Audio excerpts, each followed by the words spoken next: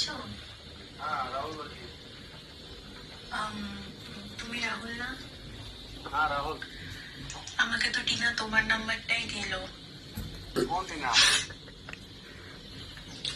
But আমাকে তো টিনা এই নাম্বারটাই দিলো। কোন জায়গার টিনা?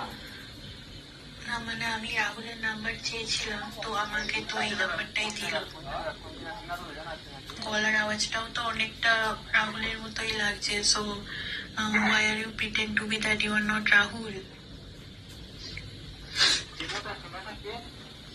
তুমি আমাকে ভুলে যেতে পারো, বাট আমি কিন্তু তোমাকে বলিনি। ক্লাস 5 একসাথে টিউশন করতাম, ভুলে গেছো?